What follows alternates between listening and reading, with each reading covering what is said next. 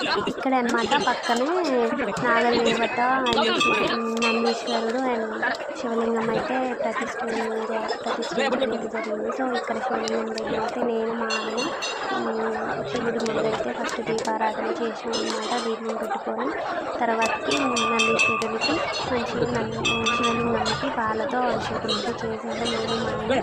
తర్వాత నాగమ్మ తల్లికి చేసుకుని నెక్స్ట్ అండ్ నందీశ్వరుడికి కూడా అయితే చేసాం అన్నమాట.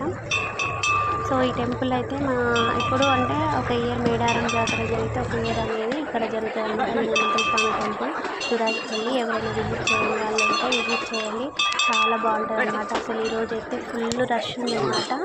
అసలు మాకైతే దర్శనంకి అయితే 2 hours పట్టింది. పిల్లల్ని తీసుకొని వెళ్ళినాం, అసలు మస్తు చికాకు అన్నమాట. సో దర్శనం కంప్లీట్ అయ్యాక పాలాభిషేకం అయితే చేసినాం అన్నమాట. నేను మా ఆయన ఇక్కడ చేసినాం, నాగదేవతకి చేసినాం అండ్ నందీశ్వరునికి కూడా చేసినాం అన్నమాట. సో ఇంకా మీరు కూడా ఎక్కడికైనా వెళ్ళి ఎలా సెలబ్రేట్ చేసుకున్నారో కామెంట్ బాక్స్లో అయితే కామెంట్ చేయండి. అండ్ మేమైతే నైట్ ఏమంటారు తలంబ్రాలకైతే వెళ్ళడం లేదు, ఎందుకంటే ఫాస్టింగ్ అయితే ఉండట్లేదు కాబట్టి నైట్ అయితే తలంబ్రాలకైతే ఎక్కడికి వెళ్ళట్లేదు. సో అందుకోసం మార్నింగ్ టైం మేమైతే టెంపుల్కి వచ్చామన్నమాట. ఉండే వాళ్ళు అయితే నైట్ వెళ్తారు కదా, మేము లేచి మార్నింగ్ టైమే టెంపుల్కి వచ్చాం.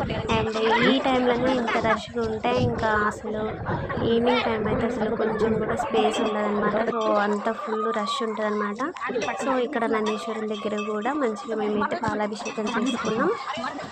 అందరికీ కూడా వన్స్ అగైన్ మహాశివరాత్రి శుభాకాంక్షలు.